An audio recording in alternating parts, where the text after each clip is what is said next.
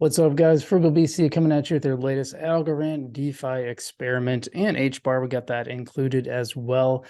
That's right. We're in week 21, so we're really close to that 6-month mark, and very interesting results. Things are looking good for HBAR above Algorand. In our experiment, we'll dive into that as well as how things are growing in the portfolio and what's going on with Lofty. Got some new changes and some thoughts that I'm going on with Lofty right now, so we will talk about that. But let's just get right into the experiment and see how things are going. All right, here is the results for this week. Still the best bet, as it has been since most of our experiment has been having $100 in Bitcoin. As you know, just to explain for those who may be new, the idea was I would put $100 into 3 different Algorand DeFi platforms. 2 of them are different from our original starting ones. The only one that is left is Cometa from the very beginning. Everything else is new because we started with AlgoStake, which collapsed during the middle of our experiment, and we started with Humble Finance, and Humble just stopped having anything that looked interesting. So no pairs that I was even remotely interested in trying, because I try to do the very top level ASAs, which I still think are unstable, but they're not as bad as the ones that are like way down in the charts that are just kind of out of nowhere and you don't know anything about them. So AlgoStake became Tiny Man on those farms. So to be fair, it started off in the hole. I'm sorry, AlgoStake became Folks Finance. That's why it's so low, because we sold out for like $15. That $15 dropped to 10, by the way. So that's the very bottom one in Folks. That's why it's so low. SaucerSwap, which is brand new, by the way, that is a HBAR one. That just keeps going up, which is really interesting. Algo, we start off with $100 worth of Algo. These are the control groups, by the way. So in addition to putting into DeFi, we've also put them into these various other platforms. And all of them have pretty much outperformed just having $100 of Algo, except our AlgoStake, because effectively the project collapsed and the coins within it, which was the AlgoStake coin, just dropped to next to nothing. So we ended up cashing out at about $15. Not great. But Bitcoin, out of all of those, has still proven to be the very best, followed by SaucerSwap, which is an HBAR protocol. We are staking HBAR and USDC, mostly because HBAR has gone up recently, so it's been pretty positive. Kind of surprised about Cometa. It almost reached parity with its starting place, and now it's dropped the last 2 weeks, which is a bummer. So too bad on that. Currently, Cometa is at 90.81. So that's our experiment for this week. So far, SaucerSwap outperforming everything else except Bitcoin. Bitcoin has just been our best investment, going all the way back to March. Like I said, it's almost been 6 months.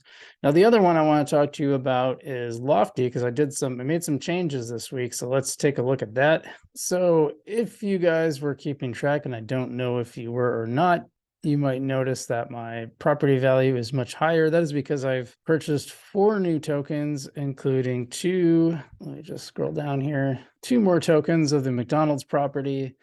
And that is spitting out a pretty nice little balance, about 4 cents now per day that is spitting out. I just bought those in honor of my birthday. That was my birthday present to myself. I guess I just bought another one because I also bought 2 more tokens of this property in Grandview, Missouri, outside of Kansas City.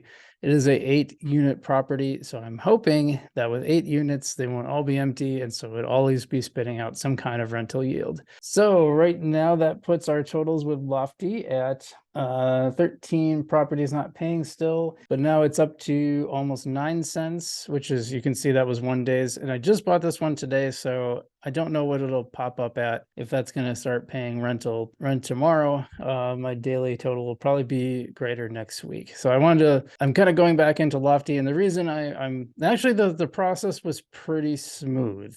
I still have a balance that doesn't show up anywhere. I think if you use the internal wallet, you can use it, but you can't use it if you use an outside wallet. So that's kind of wonky a little bit, but buying it through Algorand, I basically bought Algo through Coinbase, shipped it over to my Algo wallet, took like 2 seconds, and then bought it on here. This one was not it's really weird because they advertise it as a new property, but it's sold as if it's an existing property where you place an order and there's an order limit. You place a limit order basically, and then it gets fulfilled. Yeah, fulfilled pretty much right away within like 10 minutes. So not really an issue there, but kind of weird. So I'm thinking about putting Lofty back in. I haven't decided. Actually put out a call on my YouTube channel. You can leave a comment down below as well to let me know what you think. Whether you think I should relist Lofty under my recommendations. I may have been a little overly harsh on it. I still think there's some bugs that they ought to be fixing, and having a bug pointed out to them about 6 months ago and having them not do anything with it is kind of annoying. Otherwise, I'm just going to go through the rest of the portfolio really quickly. There's not a lot. I now have moved over to my regular portfolio. So the total there, $925 cost basis for Polygon, Mina, Metastau, PYR, Blur, XRP, and Near. That is down to 610.10. Also, just one little annoying caveat. For whatever reason, the way they have your assets set up on Coinbase, it's like almost impossible to scroll down. I cannot figure out a way to actually scroll. I don't know why developers like this. I like having a scroll bar so I can actually scroll down when I look at something, because no matter what I did on my laptop, I could not get it to scroll down. It was really irritating. I had to go to XRP itself and find my amount by basically pretending like I was going to sell it so I could see the total amount in there. It's really annoying. HBAR cost basis 225, still down to 176.35. So I might have to buy some more HBAR since I'm still under my cost basis, as well as Cosmos. Cosmos is down to 271. Of course, again, now I set an artificial cost basis of 310 when I started doing this. So it's not like the real cost basis is actually quite a bit lower. Because I've had Cosmos since like 2020 or even 2019 when it was quite a bit less than that. I think it was at like $3 or $4 a coin at the time, where Algorand was pretty cheap too. So total with all those coins is 1460, and my amount right now is only 1057. So quite a bit lower than that. We're definitely down, which kind of makes it a good time to buy to lower my cost basis as we prepare for the bull run, which hopefully will be coming next year, since the Bitcoin halving is next year. But that's our experiment for this week. I hope you enjoyed that. I always think it's really fun to do these experiments.